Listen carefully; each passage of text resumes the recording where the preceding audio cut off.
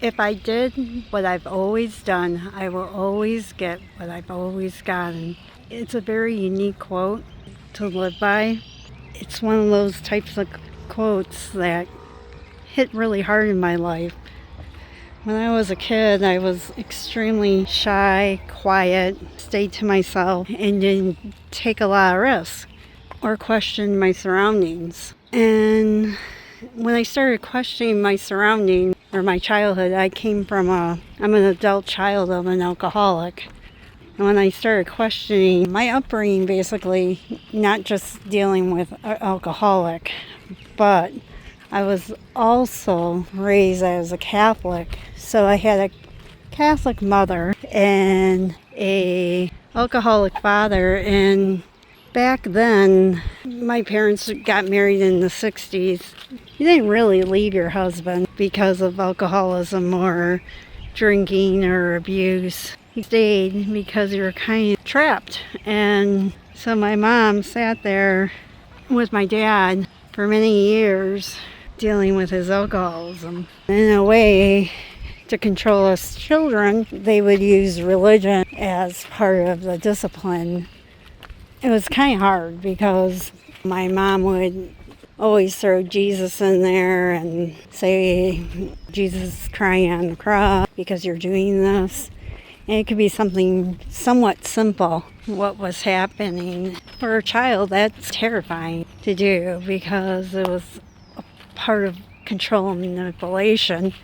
I didn't appreciate it because I was the quiet, shy type and didn't want to be noticed too much. My protection was if I stayed quiet, stayed small, kept to myself, I would be left alone.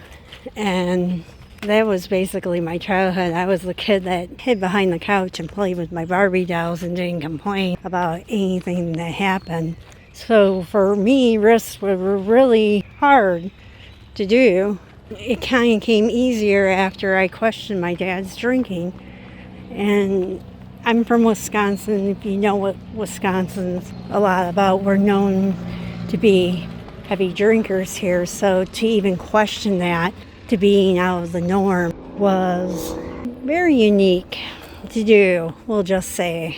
So at the age of 11, I did question my dad's drinking and ended up in Alateen. Even when I was growing up in the Catholic faith, and if you didn't know, Catholics have a tendency of, we have CCD, and we learn how to pray the rosary, confession, and all the stuff that we have to do. Learn about saints, learn all these prayers. I always thought to myself, if God isn't listening to me and I have to talk to a priest, what's the sense of all this? I tend to question a lot about what's going on. And the river's extremely high, so we had some storms the past few days. As I kept on growing up and learning to question all this, I had a lot of doubts, and that takes me to Descartes. And there's a reason of doubt. And doubting things isn't a bad thing. Taking risks aren't a bad thing. Learning about different religions wasn't a bad thing that I did. I just didn't understand if there were so many different Bibles and so different many religions. What is this all saying to me? After questioning all this, and when I was a teenager, I decided to stop going to church and just do my own thing, even though I ended up being a confirmed Catholic. But I figured I could learn more from not doing, because I figured God, if there was a God, he definitely wasn't in a building, and it was definitely a priest, not me talking, being the go-between, and that's what I figured. I was such a I wasn't practicing the Catholic religion like the way I was supposed to anyway, so I figured I could do what I want and learn other different religions, and I couldn't even decide which religion I should be in because I didn't even feel comfortable in religions. Nothing really ever felt right. Bits and pieces could fit, but not like them as a whole. And the whole, you can have faith in outside God, but once you start having faith with yourself, it's a whole different meaning. Because you learn to do things for yourself. You don't sit there and constantly praying, sit there and wonder why. It's kind of like that one saying, there was a person on a house and there was a flood, and they kept on praying for God to help them. So God decided to send a boat, and the person, come on, get into my boat. I can take you to a safe place. The guy said, no, I'm not going in your boat. I'm waiting for God to help me. Then all of a sudden, the water kept on going higher. So this helicopter came to try to help the man, and the guy kept on saying, no, I'm waiting for God. All these people kept on trying to help him, and he ended up drowning because he kept on waiting for God. And once he got to heaven, he asked God, so why didn't you help me from not drowning?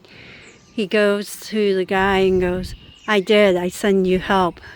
It was up to you to take the help. And what that makes me really think is that you are in control of your own destiny. And once you figure you are in control of your own destiny, even if you believe in a God, if you don't believe in a God, you still have to take the driver wheel and do what you need to do. And it's taking risks in life, getting out of bed every day. And if that's the only thing you did today, I'm proud of you. But just getting out of bed is sometimes all you can do. So just sit there, figure out what something you haven't done you would like to do. I could even tell you there was a time I was afraid, well, I'm still afraid of heights, and I went to Six Flags Great America because I was afraid of heights and went on some roller coasters. And I can tell you, G-forces are fun, but sometimes those climbing to the top and dropping can be the most scariest but most thrilling thing you could ever do. And I'm kind of glad I did that stuff. There's many different risks. Like I said, I'm a very shy person. And nowadays, people don't even know I'm shy. They question that.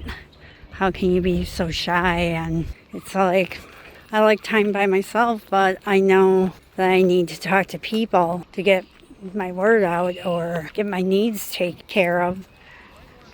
And if I don't talk to people and don't ask for help when I need help, then things won't get done. But I hope you enjoyed this little walk with me today. Like I said, I was part of that storm that dropped. I think we had a total of 10 tornadoes in a matter of days and countless amounts of rain. But everything is starting to green up out here, and it's kind of nice. Instead of looking at all dead stuff, we have those little plants popping out of the dirt. And just remember, this is the coolest thing I always think about when I see new life grow in the spring, and you're thinking you have all these problems and all this torment and trouble. Even plants have to go through a little bit of dirt to become a beautiful flower. So you have a nice day. Thank you for watching. Remember to share all the fun stuff, and I will see you next week. Ta-ta for now. Bye-bye.